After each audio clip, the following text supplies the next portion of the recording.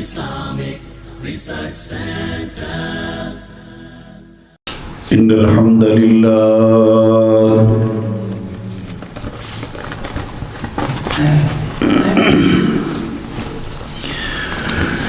الحمد لله نحمده ونستعينه ونستغفره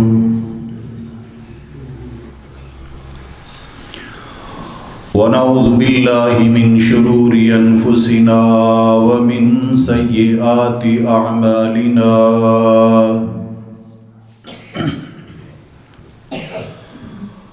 من يهده الله فلا مضل له ومن يضلل فلا هادي له أما بعد فإن خير الحديث كتاب الله وخير الهدي هدي محمد صلى الله عليه وسلم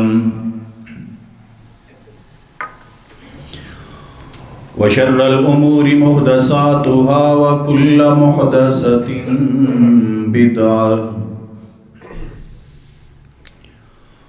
وكل بدعة ضلالة وكل ضلالة في النار. قال الله تبارك وتعالى في كلامه المجيد: أعوذ بالله السميع العليم من الشيطان الرجيم.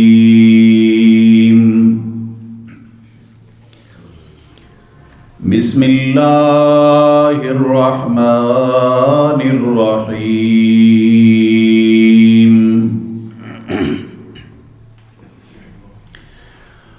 يا أيها الذين آمنوا اتقوا الله حق تقاته ولا تموتن إلا وأنتم مسلمون. يا أيها الناس اتقوا ربكم الذي خلقكم من نفس واحدة وخلق منها زوجها وبث منهما رجالا كثيرا ونساء واتقوا الله الذي تساءلون به والأرحام إن الله كان عليكم رقيبا.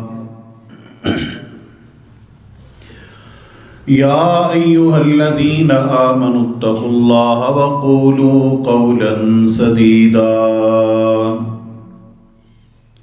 يصلح لكم أعمالكم ويغفر لكم ذنوبكم ومن يطع الله ورسوله فقد فاز فوزا عظيما.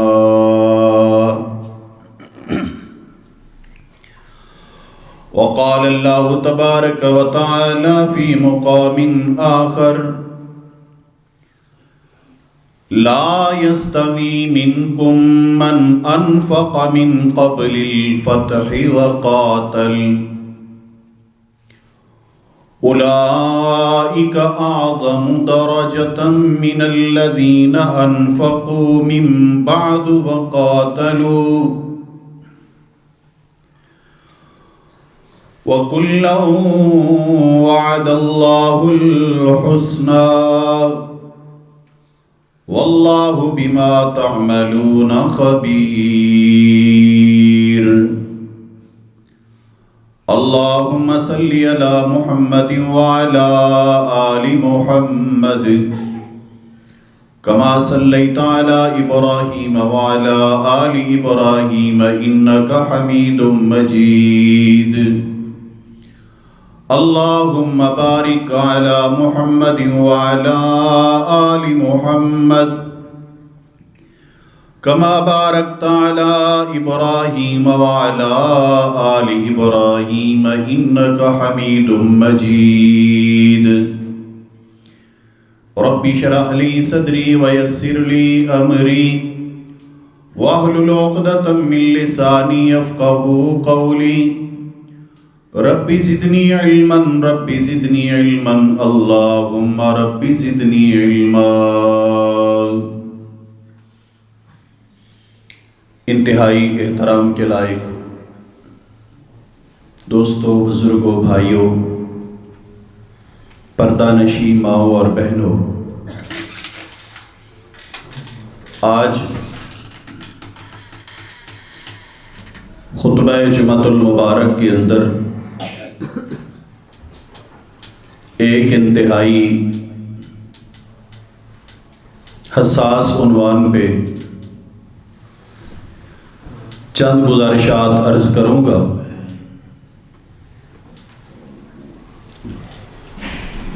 اور اس عنوان کو میں نے اس لیے حساس کہا ہے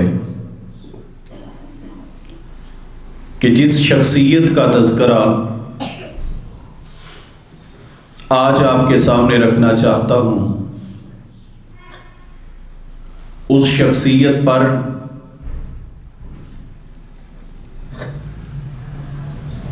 اس بات میں کوئی شک نہیں کہ میرے محبوب علیہ الصلاۃ والسلام کے وہ صحابی ہیں، لیکن اہل السنہ کا کوئی بھی مکتبہ فکر یہ جسارت نہیں کر سکتا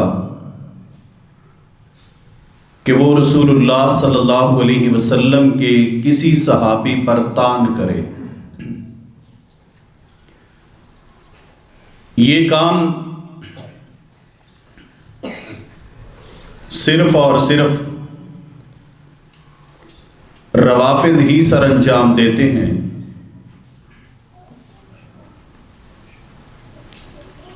کہ جو نبی پاک صلی اللہ علیہ وسلم کے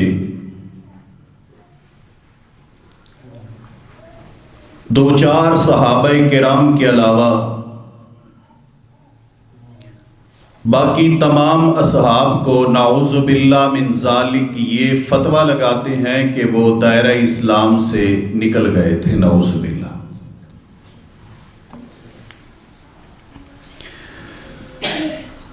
لیکن نبی پاک صلی اللہ علیہ وسلم کے یہ صحابی سیدنا امیر معاویہ بن ابی سفیان رضی اللہ تعالی عنہما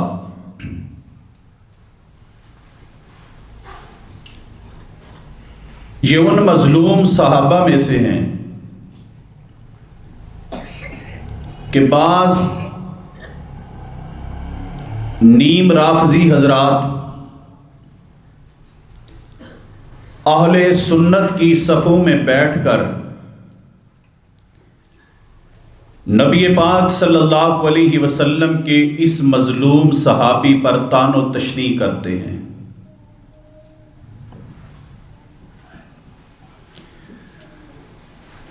اور میرے محبوب کا یہ یار اتنا مظلوم ہے کہ باقی صحابہ کرام ان کے کام پر، ان کی ذات پر تنقید کی جاتی ہے، محبوب کے یار سیدنا معاویہ رضی اللہ تعالیٰ عنہ وہ صحابی ہیں کہ جن کے ذات پہ بھی تنقید کرتا ہے اور تنقید کرنے والا ان کے نام پر بھی تنقید کرتا ہے۔ حالانکہ میرے محبوب صلی اللہ علیہ وآلہ وسلم کے اصحاب میں سے صرف ابو سفیان کے بیٹے کا نام معاویہ نہیں ہے، بلکہ اور بھی کئی ایک صحابہ ہیں جن کا نام معاویہ ہے۔ حتیٰ کہ ایک قبیلہ ہے جس قبیلے کی مسجد میں رسول اللہ نماز پڑھتے ہیں اس مسجد کا نام ہی مسجد بنی معاویہ ہے۔ اسی طرح تابعین کے اندر، ائمہ کرام کے اندر، اسلاف کے اندر بے شمار ایسے نام موجود ہیں، لیکن چونکہ آج کے اس خطبہ جمعہ میں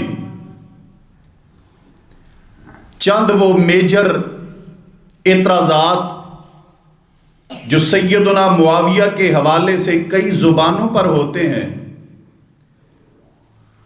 میں اس حوالے سے چند گزارشات کروں گا۔ محترم ساتھیو، سب سے پہلے جو اعتراض میرے پیارے معاویہ پہ کیا جاتا ہے، کہا یہ جاتا ہے کہ وہ متاخر الاسلام تھے، فتح مکہ کے موقع پر مسلمان ہوئے ہیں، اور یہاں تک کہ کئی بدلحاظ اس حد تک بھی کہہ دیتے ہیں کہ جب انہوں نے دیکھا کہ اور کوئی راستہ نہیں تو اسلام کے راستے کو اپنا لیا مجبور ہو کر، نعوذ باللہ من ذالک۔ اب یہ فتویٰ بازی آج 1400 سال بعد کوئی بندہ بیٹھ کے کون سا اس کے پاس آلہ ہے کہ جس آلے کے ذریعے وہ معلوم کر رہا ہے کہ میرے محبوب کے پاس کون دل سے آیا تھا اور کون مجبوراً آیا تھا؟ بات سمجھ آ رہی ہے؟ کوئی آلہ نہیں۔ البتہ الہ العالمین کا جو فرمان ہے اس نے اتنی بات ضرور واضح کر دی ہے کہ وہ لوگ جو فتح مکہ کے بعد مسلمان ہوتے ہیں ان کی بھی قربانیاں قابل تحسین ہیں، ان کے غزوے، ان کا خرچ کرنا، ان کا جہاد کرنا، اسلام کے لیے خدمات کو سر انجام دینا، رب کہتا ہے کہ قابل تحسین ہے، لیکن اتنا ضرور ہے کہ یہ ان کا مقابلہ نہیں کر سکتا ان کا جہاد اور ان کے صدقات اور ان کا خرچ کرنا جو فتح مکہ سے پہلے مومن ہو چکے ہیں۔ یہ اللہ تبارک و تعالیٰ نے درجہ بندی ضرور کی ہے، اور مالک کائنات نے فرمایا لا یستوی منکم من انفق من قبل الفتح وقاتل، اے لوگو جو فتح مکہ سے پہلے تم میں سے اسلام لا چکے، اللہ کی راہ میں خرچ کر چکے، اللہ تبارک و تعالیٰ کی راہ میں جہاد کر چکے، ان کی برابری بعد میں آنے والے نہیں کر سکتے۔ اولئک اعظم درجہ، اب غور کیجئے مالک کائنات کے انداز تکلم پر، رب نے یہ نہیں فرمایا کہ تمہاری قربانیاں قبول نہیں، رب نے یہ نہیں فرمایا کہ تمہارا جہاد قبول نہیں، رب نے یہ نہیں فرمایا کہ تمہارے صدقات قبول نہیں، رب نے یہ نہیں کہا کہ تمہارا ایمان قبول نہیں، بلکہ میرے رب نے یہ فرمایا اولئک اعظم درجہ، ان کا درجہ بڑا ہے۔ کیا مطلب ہے؟ بڑا درجہ الہ العالمین نے بیان کر کے یہ بتلایا ہے کہ درجہ تمہارا بھی ہے، قبولیت تمہیں بھی ہے، جہاد تمہارا بھی قبول، ایمان تمہارا بھی قبول، صدقات تمہارے بھی قبول، خرچ تمہارا بھی قبول، لیکن اگر برابری کی بات آئے گی تو ان کا درجہ بولیں زیادہ ہے۔ حضرات گرامی، اب میں یہ سوال کرتا ہوں کہ اگر ایک کا درجہ زیادہ ہو جائے تو دوسرے کے درجے کے اوپر تان و تشنیع کی اجازت کون دیتا ہے؟ اجازت ہو سکتی ہے؟ نہیں ہو سکتی۔ اگر بات سمجھ نہیں آئی تو میں آپ کو ایک اور واقعے کی طرف لے کے چلتا ہوں۔ تبوک کا غزوہ ہے، نبی پاک اعلان کرتے ہیں آج محمد مصطفیٰ کو جہاد کے لیے تمہارے مال کی ضرورت ہے، جاؤ لے کے آؤ۔ میرے نبی کے غلام اٹھتے ہیں، اپنی اپنی بساط کے مطابق نبی پاک کی خدمت میں اپنے مال صدقات لے کے آتے ہیں۔ حضرات گرامی، کوئی ساری رات مزدوری کر کے 1 سا جو کا لے کے آیا، کسی کے پاس مٹھی بھر کھجوریں تھیں، میرے محبوب کے پاس وہی لے کے آ گیا۔ کوئی میرے پیارے عثمان جیسے ہیں، حضرات گرامی، انہوں نے کیا کیا؟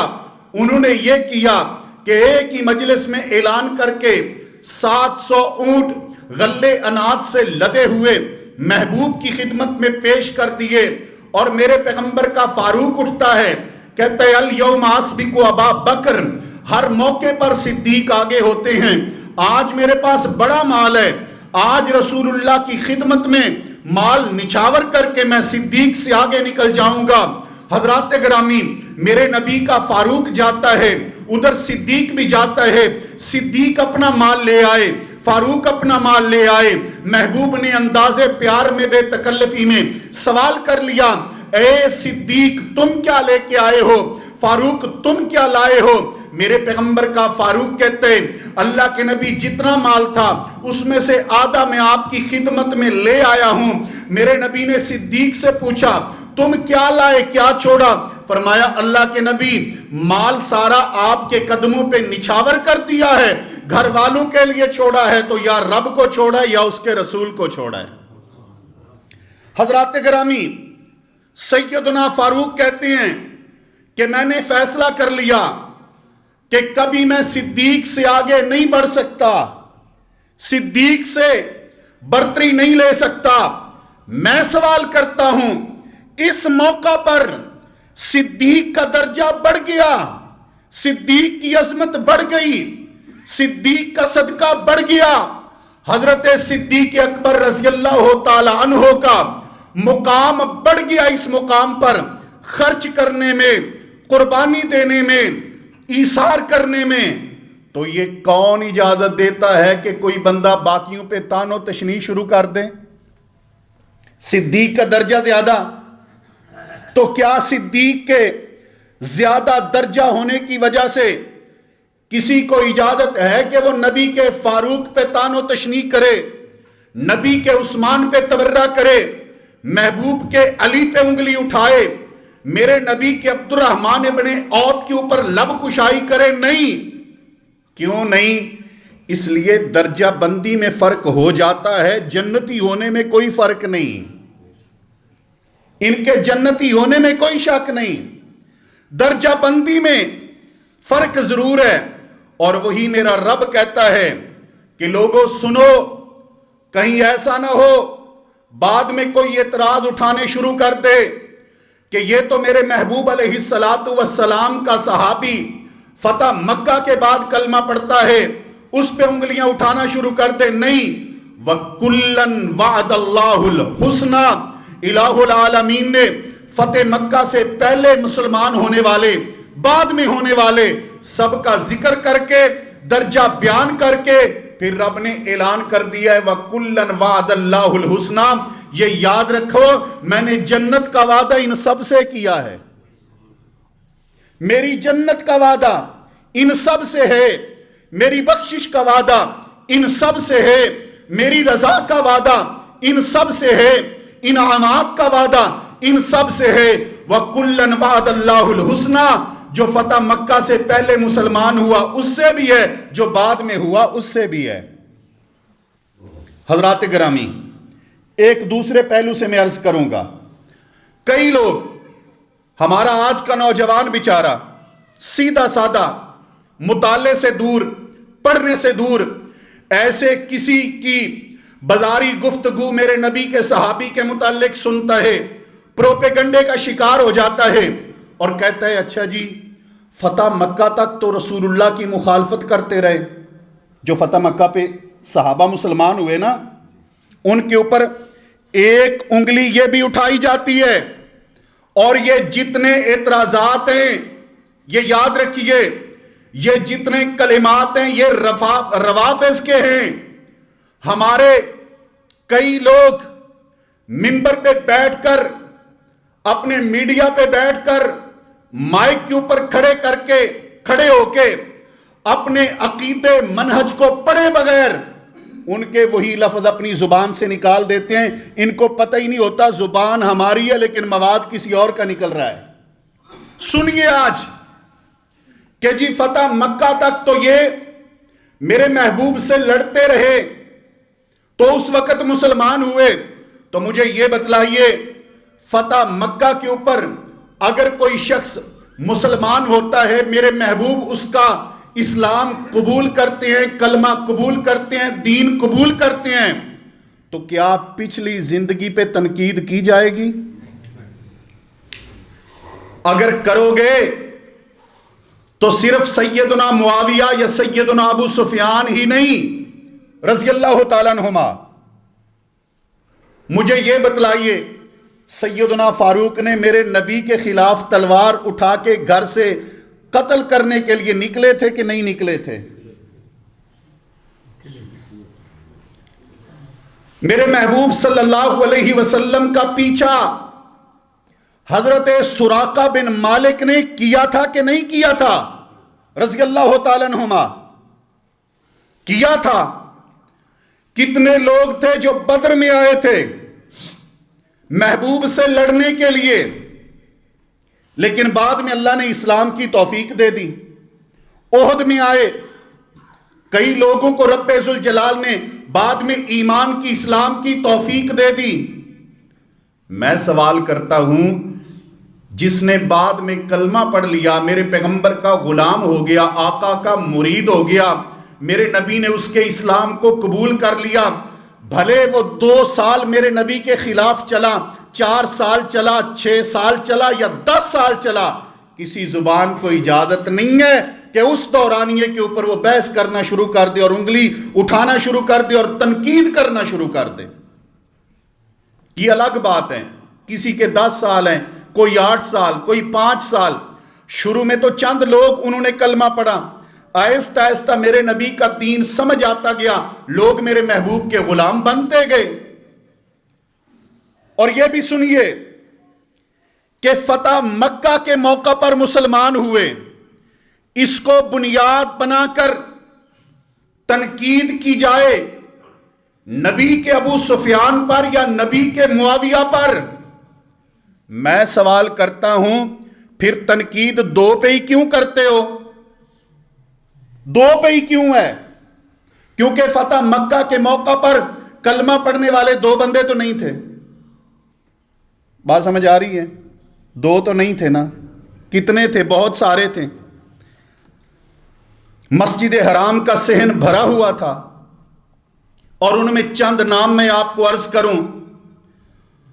ان میں جس کو میرے نبی نے بیت اللہ کی چابیاں دی تھیں، عثمان ابن طلحہ بھی تھے. سمجھ آئیے بات؟ بنو تمیم قبیلے کے فرد جس کو رسول پاک نے بیت اللہ کی چابی عطا کی اور فرمایا لو یہ قیامت تک تمہارے پاس رہے گی، یعنی تمہارے خاندان کے پاس رہے گی. اور آج بھی بیت اللہ کی چابی اسی خاندان کے پاس ہے. یہ کون تھے؟ یہ عثمان بن طلحہ تھے. مسلمان کب ہوئے ہیں؟ فتح مکہ کے موقع پر. ان کی عظمت فضیلت بیان کرتے ہیں نا. کوئی ہے جو ان پہ تنقید کرے اس بنیاد پر کہ یہ تو فتح مکہ کے موقع پر مسلمان؟ نہیں ہو سکتی. حضرات گرامی، اسی طرح عبداللہ بن ابی سرح رضی اللہ تعالیٰ عنہ، حضرت فضالہ بن عمیر رضی اللہ تعالیٰ عنہ، حضرت صفوان ابن امیہ رضی اللہ تعالیٰ عنہ، حضرت حبار بن اسود رضی اللہ تعالیٰ عنہ، ابو جہل کے بیٹے حضرت اکرمہ رضی اللہ تعالیٰ عنہ کب مسلمان ہوئے؟ فتح مکہ کے موقع پر۔ اور آگے چلیے، جناب علی المرتضیٰ کے بھائی حضرت عقیل ابن ابی طالب، سیدنا علی کے بھائی حضرت عقیل بن ابی طالب کب کلمہ پڑھا ہے؟ فتح مکہ کے موقع پر۔ اور اس سے آگے چلیں، میرے نبی کے چچا حضرت عباس، پیغمبر کے چچا سیدنا عباس رضی اللہ تعالیٰ عنہ کب کلمہ پڑھا ہے؟ فتح مکہ کے موقع پر۔ یہ تمہارا معیار، تمہارا زاویہ، تمہارا قانون، تمہارا پیمانہ ہوگا کہ جنہوں نے فتح مکہ کے موقع پر کلمہ پڑھا ان پہ تنقید شروع کر دو۔ اگر ان پہ کرنی ہے تو یہ تنقید پھر حضرت معاویہ اور ابو سفیان تک رکے گی نہیں، آگے تک جائے گی۔ لیکن میرا عقیدہ یہ ہے، میرا نظریہ یہ ہے، میرا ایمان یہ ہے، اہل سنہ والجماعت کا موقف یہ ہے، وَكُلًّا وَعَدَ اللَّهُ الْحُسْنَى، جس نے فتح مکہ سے پہلے کلمہ پڑھا وہ بھی جنتی ہے، جس نے فتح مکہ کے بعد کلمہ پڑھا وہ بھی جنتی ہے۔ ہر صحابی نبی جنتی ہے، ہمارا یہ ایمان ہے۔ اس لیے ہمارے ہاں جیسے سیدنا عباس ابن عبد المطلب رضی اللہ تعالیٰ عنہ، ان کی پاؤں کی خاک آنکھوں کا سرما ہے، جیسے سیدنا عقیل ابن ابی طالب ان کے پاؤں کی دھول آنکھوں کا سرما ہے، جیسے ہمارے لیے حضرت صفوان ابن امیہ ان کی پاؤں کی خاک آنکھوں کا سرما ہے، ویسے ہی ہمارے لیے سیدنا امیر معاویہ اور سیدنا ابو سفیان رضی اللہ تعالیٰ عنہما ان کی پاؤں کی دھول بھی آنکھوں کا سرما ہے۔ حضرات گرامی، یہاں پر میں عرض کرتا چلوں سیدنا امیر معاویہ کے حوالے سے، یہ تو تھا فتح مکہ والی بات کا جواب۔ حضرت امیر معاویہ کا اسلام فتح مکہ سے پہلے بھی ثابت ہے، فتح مکہ سے پہلے ثابت ہے سیدنا امیر معاویہ کے اسلام۔ وہ کیسے؟ سن 6 ہجری میں رسول اللہ صلی اللہ علیہ وسلم عمرۃ القضاء کے لیے آتے ہیں۔ مکہ فتح کب ہوتا ہے؟ 10 ہجری میں کیا 8 ہجری میں؟ 8 ہجری میں۔ رسول پاک صلی اللہ علیہ وسلم سن 6 ہجری میں عمرہ کے لیے تشریف لاتے ہیں۔ آپ کو حدیبیہ مقام پہ روک دیا گیا، میرے نبی واپس چلے گئے۔ مکہ والے کہتے ہیں اگلے سال آنا، میرے محبوب اگلے سال آئے۔ 1 سال بعد، کون سی ہجری ہے؟ سن 7 ہجری ہے۔ میرے محبوب عمرہ کرتے ہیں، صفا مروہ کی سعی کرتے ہیں، بیت اللہ کا طواف کرتے ہیں۔ عمرہ مکمل کرنے کے بعد جب بالوں کے کاٹنے کی باری آئی، میرے محبوب نے فرمایا لوگو ادعو لی معاویہ، معاویہ کو بلاؤ۔ گال سمجھ نہیں آئی دوانوں، معاویہ کو بلاؤ، معاویہ کو بلاؤ، میرے نبی نے فرمایا۔ حضرات گرامی، یہی تو المیہ، یہی تو دکھ ہے، یہی افسوس ہے کہ بہت ساری چیزیں جو ہے نا یہ باریک ہمیں سمجھ نہیں آتی، لیکن ادھر قوم اور ذاکر بولدہ بات جو پہلی اندنے بے شمار نعوذ باللہ من ذالک، نام نبی کے صحابی کا ہوتا ہے اور وہ کہہ رہے ہوتے ہیں بے شمار۔ یاد رکھیے، اب غور کیجئے اس بات پر، یہ امام کائنات کب آئے ہیں؟ سن 7 ہجری میں آئے ہیں۔ میرے نبی نے عمرہ کی ہے، عمرے کے بعد رسول پاک فرماتے ہیں بال کٹوانے کی باری آئی، فرمایا معاویہ کو بلاؤ۔ سیدنا معاویہ آ گئے، فرمایا معاویہ یہ تمہارے پاس مشکس ہے، کینچی ہے، اس کے ساتھ میرے بال کاٹو۔ نبی پاک صلی اللہ علیہ وسلم کے بال کاٹے، بال کاٹ کے اپنے پاس رکھ لیے۔ کس نے رکھے؟ میرے پیغمبر کے معاویہ نے رکھے ہیں، اور نبی کے بال کاٹے ہیں، اور نبی سے اتنا پیار ہے کہ میرے پیغمبر اپنے بالوں کے کٹوانے کے لیے معاویہ کو بلواتے ہیں، معاویہ کو بلواتے ہیں رضی اللہ تعالیٰ عنہ۔ اور یہ 7 ہجری ہے۔ اس کا مطلب یہ ہے کہ جن لوگوں نے کہا نا کہ فتح مکہ کے موقع پر مسلمان ہوئے، ان کو غلطی لگی ہے، یہ پہلے مسلمان ہو چکے ہیں۔ اور حقیقت یہ ہے کہ اپنے اسلام کا اظہار نہیں کیا، ابھی اعلان نہیں کیا، لیکن مسلمان ہو چکے ہیں۔ نبی کو پتہ ہے، پیغمبر کو علم ہے، تبھی تو بلاتے ہیں کہ معاویہ کو بلواؤ، معاویہ میرے بال کاٹے۔ پیغمبر کے معاویہ نے نبی کے بال کاٹے ہیں، کاٹ کے بال اپنے پاس رکھ لیے، اور پتہ کیا کیا؟ ایک بار میرے نبی کے ناخن تراشے، ناخن بھی اپنے پاس رکھ لیے۔ فرماتے ہیں ایک بار میرے پیغمبر نے قمیص دیکھی، میرے اوپر پھٹی ہوئی قمیص تھی، نبی پاک نے اپنے پاس سے مجھے ایک صحیح قمیص عطا کی، وہ قمیص میں نے پہنی نہیں، اپنے پاس رکھ لی۔ کیوں؟ اس لیے کہ مجھے پتا تھا وقت آئے گا معاویہ کو اس کی ضرورت پڑے گی۔ پھر وہ وقت آیا، جب وقت وفات آیا، سیدنا معاویہ وصیت کرتے ہیں، کہتے ہیں یہ سنو میرے کفن دفن کا اہتمام و انتظام کرنے والوں، میرے پاس میرے نبی کی چند چیزیں ہیں، پیغمبر کے بال ہیں، پیغمبر کے ناخن ہیں، پیغمبر کی قمیص ہے، مجھے کفن دینے لگو جب تو میری چھاتی کے اوپر پیغمبر کا کرتا رکھ دینا، میرے کانوں میں، میری آنکھوں میں، میرے نتنوں میں پیغمبر کے بال اور ناخن کاٹ کاٹ کے تھوڑے تھوڑے ڈال دینا۔ کیوں؟ جب میں رب کے سامنے پیش ہوں گا، رب پوچھے گا معاویہ کیا لے کے آئے ہو، میں رب کیوں کہوں گا اے اللہ میں تیرے محمد کی نشانیاں لے کے آیا ہوں۔ حضرات گرامی، صحیح حدیث کے ساتھ، صحیح سند کے ساتھ ثابت ہے کہ میرے پیغمبر کے معاویہ نے نبی کے بال کاٹے اور بال کاٹ کے اپنے پاس رکھے۔ ابھی تک آپ کو بات سمجھ نہیں آئی، کیونکہ جب آپ اگلی سیڑھی جس پہ میں چڑھانا چاہتا ہوں نا آپ کو، اس پہ جب چڑھیں گے تو سمجھ آئے گی۔ آپ کو خبر مل جائے لاہور میں ایک بندہ ہے، اس کے پاس رسول اللہ کے نالین مبارک ہے، دیکھنے جاؤ گے؟ کیا خیال ہے؟ جاتے نہیں ہیں؟ جاتی ہے دنیا۔ اس کی سند کیا ہے؟ حقیقت کیا ہے؟ کہاں سے آئے ہیں؟ کیا دلیل ہے؟ کیا پروف ہے؟ کیا ثبوت ہے؟ کوئی پتہ نہیں ہے، جا رہے ہیں۔ حضرات گرامی، اگر آپ کو اطلاع ہو جائے کہ کوئی بندہ اس کے پاس رسول اللہ صلی اللہ علیہ وآلہ وسلم کے منہ مبارک یا آپ کے بال مبارک ہیں، چند بال ہی کوئی نہیں، پورا پاکستان جمع ہو جائے گا۔ یہ تحقیق بعد میں ہوگی کہ خبر سچی تھی کہ جھوٹی تھی۔ لوگ جمع ہو جائیں گے کہ اس کے پاس میرے محبوب صلی اللہ علیہ وسلم کے بال ہیں۔ کیوں؟ اس لیے کہ نبی کے بالوں کے اندر بھی رب نے اتنی برکت رکھی ہے۔ میرے محبوب کی صحابیات فرماتی ہیں رسول اللہ صلی اللہ علیہ وسلم کے چند بال ہمارے ہاتھ لگے، ہم نے وہ بال پانی کی ایک ڈبیا میں رکھ دیے۔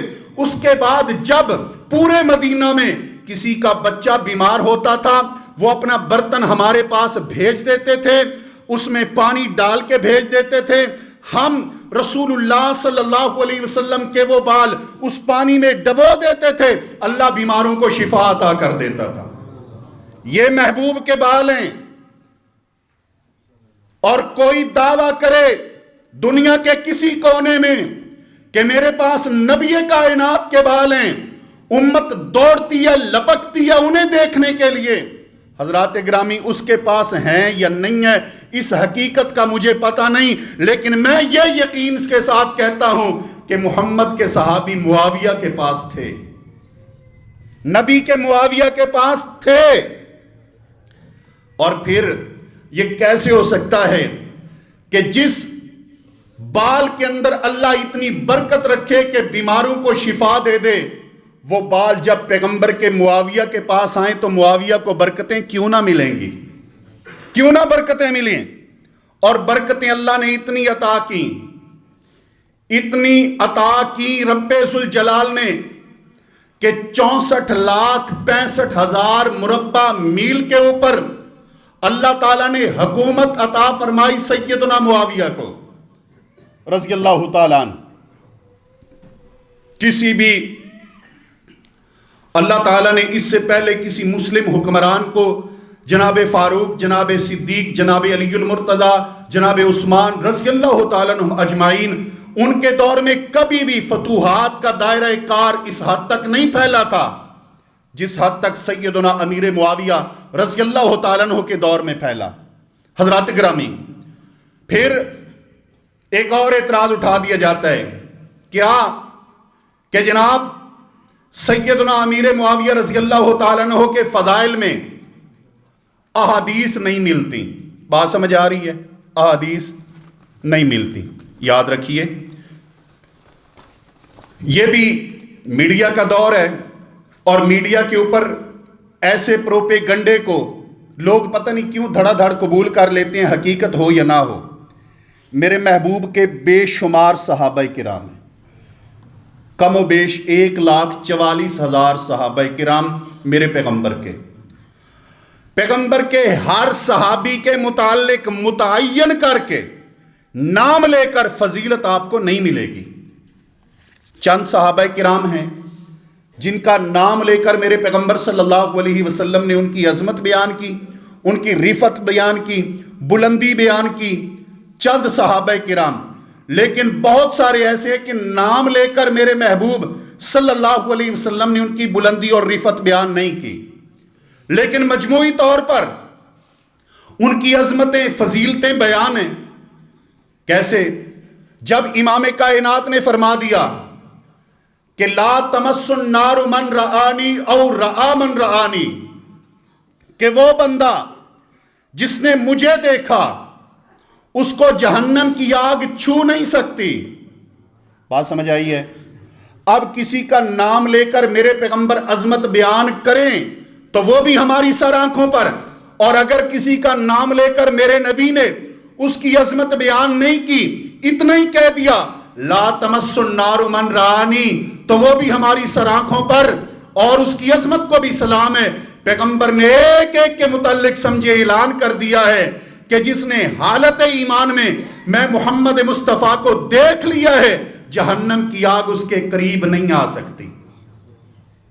ان میں پیغمبر کے صدیق بھی ہیں، پیغمبر کے فاروق بھی ہیں، پیغمبر کے عثمان بھی ہیں، پیغمبر کے علی بھی ہیں، پیغمبر کے طلحہ بھی ہیں، پیغمبر کے زبیر بھی ہیں، پیغمبر کے انس بھی ہیں، نبی کے بلال بھی ہیں، پیغمبر کے ابو ذر بھی ہیں، پیغمبر علیہ السلام کے ابو ہریرہ بھی ہیں، اب میرے نبی کے عبادہ بن الصامت بھی ہیں، میرے نبی کے ابو سفیان اور معاویہ بھی ہیں رضی اللہ تعالی عنہم اجمعین.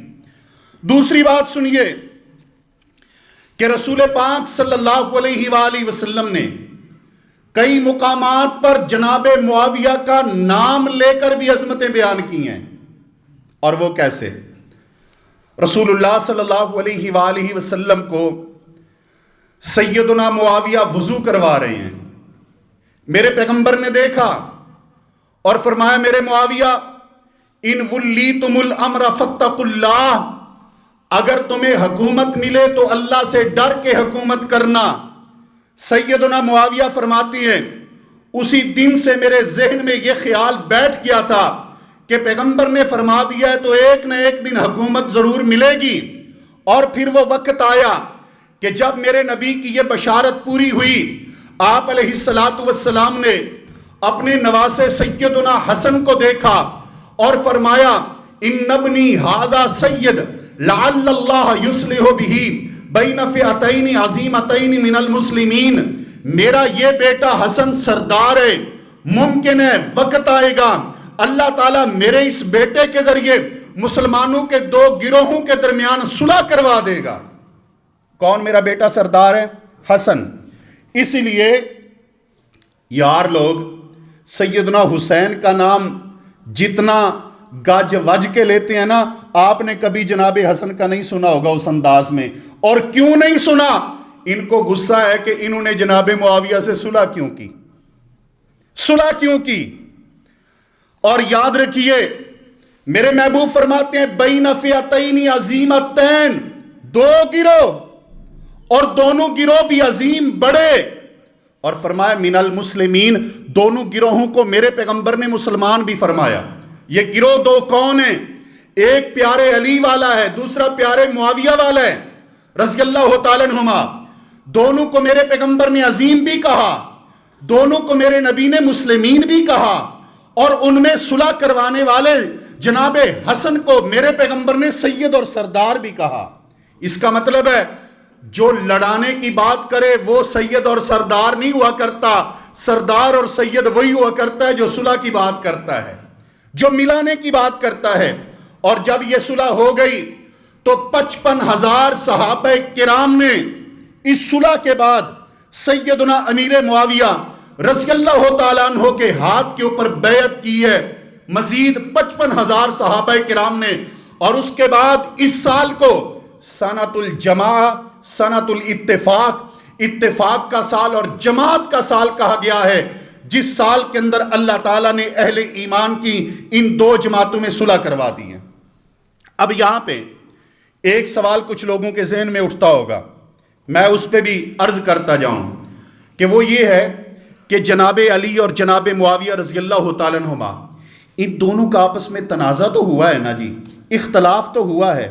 تو سیدنا معاویہ نے جب اختلاف کیا تو پھر ظاہر ہے جو اعتراضات کیے جاتے ہیں ان پر وہ ٹھیک ہی بنتے ہیں نا. میں ان بھائیوں سے عرض گزار ہوں جن کے ذہن میں یہ سوال اٹھتا ہے، کیا سیدنا علی المرتضی رضی اللہ تعالی عنہ کے ساتھ اختلاف کرنے والے اور میدان میں آنے والے سیدنا امیر معاویہ پہلے انسان تھے یا ان سے پہلے بھی کوئی آیا تھا؟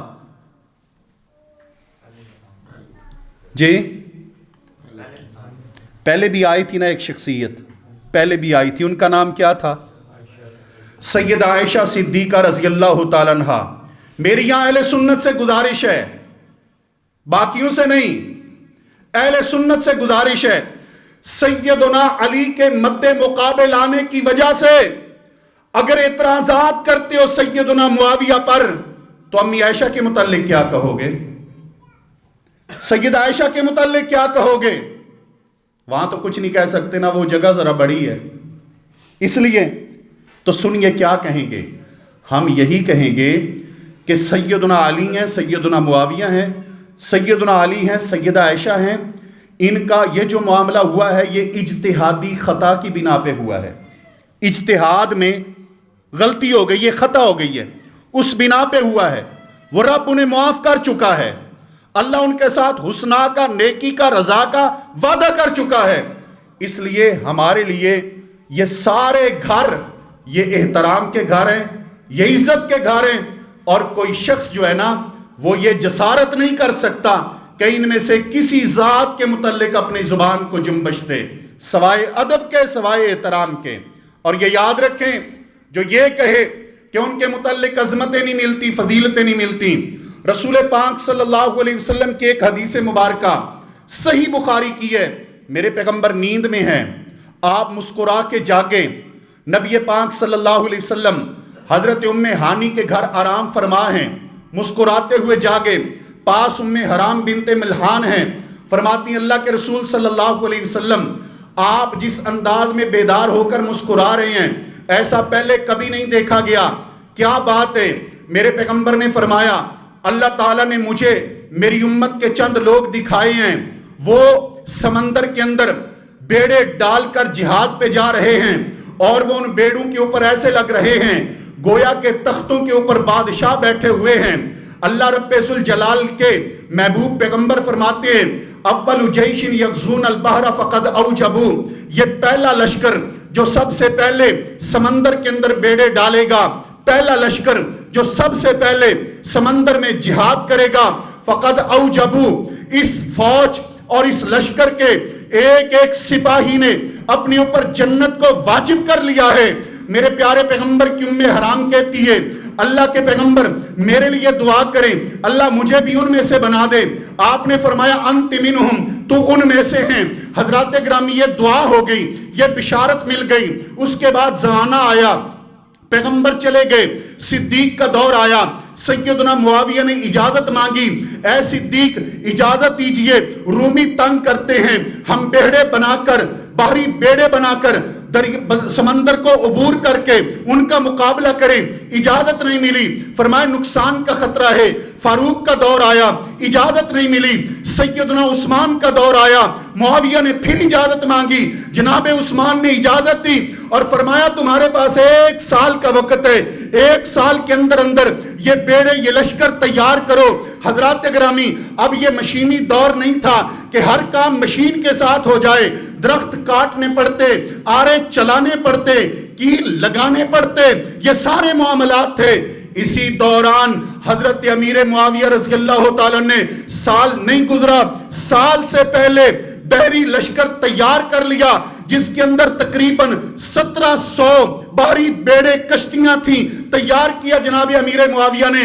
28 ہجری میں یہ لشکر چلا ہے اور اس لشکر میں حضرت ابو ایوب انصاری آئے، حضرت عبادہ بن صامت آئے۔ جب علم ہوا اس لشکر کا کہ یہ وہ لشکر ہے جس پر رسول پاک جنت کی گارنٹی اور ضمانت دے کے گئے ہیں، حضرت عبادہ بن صامت آئے، عبداللہ بن عمر آئے، عبداللہ بن عمر آئے، حضرت ابو ایوب انصاری آئے رضی اللہ تعالیٰ عنہم، یہ تمام صحابہ کرام آئے۔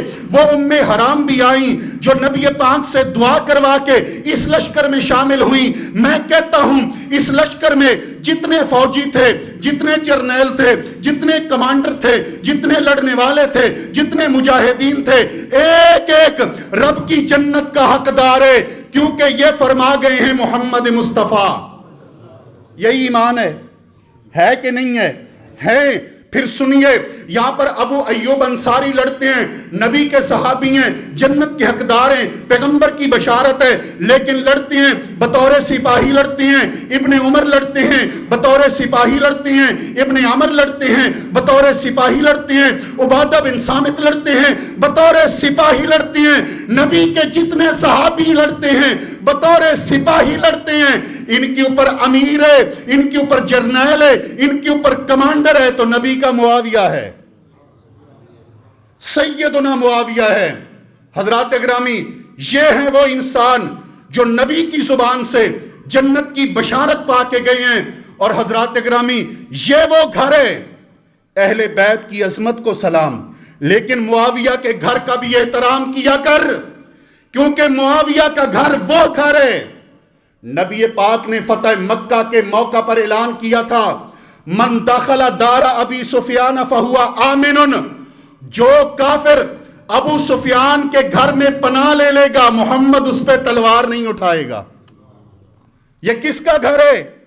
یہ ابو سفیان کا گھر ہے۔ حضرات گرامی، یہ ابو سفیان رضی اللہ تعالیٰ عنہ کون ہے؟ حضرت عباس کے دوست تھے، نبی کے چاچے کے دوست ہیں، نبی کے چاچے کے۔ حضرت عباس کے باہمی دوستی بھی تھی۔ فرمایا اللہ کے پیغمبر، آپ کو پتہ ہے کہ ابو سفیان سردار آدمی ہے، اللہ کے رسول اس کے مطابق کوئی عظمت دینا۔ میرے نبی نے یہ عظمت بھی عطا کی۔ اور دوسرا فرمایا ابو سفیان رضی اللہ تعالیٰ عنہ، مجھے پتہ ہے تم جنگی کمان کرنے کے بڑے شوقین ہو، لہٰذا میں محمد تمہیں مختلف دستوں پر جہاد پر امارت عطا کرتا ہوں۔ پیارے ابو سفیان کو عطا کی۔ یہ وہ عادل آدمی ہے، وہ سچا آدمی ہے نبی کا ابو سفیان۔ آپ کو پتہ ہے جب ہرقل کی دربار میں جو مسلمان حبشہ میں ہجرت کر کے گئے تھے، کچھ یاد ہے؟ جب ہرقل نے بلوایا تھا کہ کفار میں سے کوئی بندہ بلواؤ، میں پوچھتا ہوں کہ محمد ان میں کیسے ہیں صلی اللہ علیہ وسلم، کفار کی طرف سے کون آئے تھے؟ ابو سفیان رضی اللہ تعالیٰ عنہ اس وقت کفار کی طرف سے آئے تھے۔ اور جتنی باتیں حضرت ابو سفیان نے کی ہیں تاریخ کا حصہ ہے، حالت کفر میں کی تھی، لیکن میرے نبی کی ذات پر ایک بھی جھوٹ باندھا، بہتان لگایا، غلط بیانی کی نہیں کی تھی۔ یہ وہ ابو سفیان ہیں کہ جن کی زبان کو اللہ رب ذوالجلال نے دور کفر میں بھی میرے محمد کے خلاف استعمال نہیں ہونے دیا رضی اللہ تعالیٰ عنہ۔ آج وہ ایمان لائے ہیں تو ان پہ تان و تشنیع کرتے ہو۔ اس لیے میرے واجب الاحترام ساتھیوں، میرے نبی کے تمام اصحاب ہمارے لیے آنکھوں کی ٹھنڈک ہیں، رب کی رضا ان پہ واجب ہے۔ اور اگر کوئی کہے تمہیں کہ دیکھیں جی یہ جناب معاویہ کو پڑھیں، یہ طبری نے کیا لکھے، یا البدایہ نے کیا لکھے، یہ فلاں نے کیا لکھے، تم کہو ان کے جتنے راوی ہیں، کوئی لوط بن یحییٰ ہے، ابو مخنف جیسے دیگر کذاب متہم بالکذب، جھوٹے روات، ان کی بنائی ہوئی روایتیں پیش کر کے تم ہمیں کہتے ہو کہ اب نظریہ دو جناب معاویہ کے متعلق، اب نظریہ بناؤ سیدنا ابو سفیان کے متعلق۔ نہیں، ہم تمہاری اس تاریخ کو پیش کریں گے رب ذوالجلال کے قرآن پہ۔ اللہ کا قرآن کیا نظریہ دیتا ہے میرے نبی کے یاروں کے متعلق؟ کیا نظریہ دیتا ہے؟ اللہ کا قرآن کہتا ہے رضی اللہ عنہم ورضوا عنہ. رب کا قرآن کہتا ہے وَكُلًّا وَعَدَ اللَّهُ الْحُسْنَى. رب کا قرآن کہتا ہے اولئک هم المؤمنون حقا. تو کہتا ہے پڑھ جی. یہ کیا کہتی ہے البدایہ، کیا کہتی ہے تاریخ طبری؟ میں کہتا ہوں پڑھ کیا کہتا ہے قرآن، اولئک حزب اللہ. پڑھ قرآن کیا کہتے ہیں، الا ان حزب اللہ هم المفلحون. اس لیے جب قرآن نے فیصلہ کر کے نبی کے یاروں کا تمہارے ہاتھ میں قرآن کی آیات محمد مصطفیٰ دے کے گئے ہیں، آج کیوں بہک جاتے ہو کسی جہلمی کے پیچھے لگ کے اور کسی جھالوی کے پیچھے لگ کے؟ اس لیے غور کیا کرو، احتیاط کیا کرو. صحابہ تاریخی شخصیات نہیں ہیں، صحابہ قرآنی شخصیات ہیں. صحابہ کا جب بھی مطالعہ کرنا ہے تو قرآن کی روشنی میں کرنا ہے. اللہ تعالیٰ یہی عقیدہ، نظریہ سوچنے کی، سمجھنے کی، غور کرنے کی، اپنانے کی توفیق عطا فرمائے. آمین ثم آمین. وأقول قولي هذا وأستغفر الله لي ولكم ولسائر المسلمين.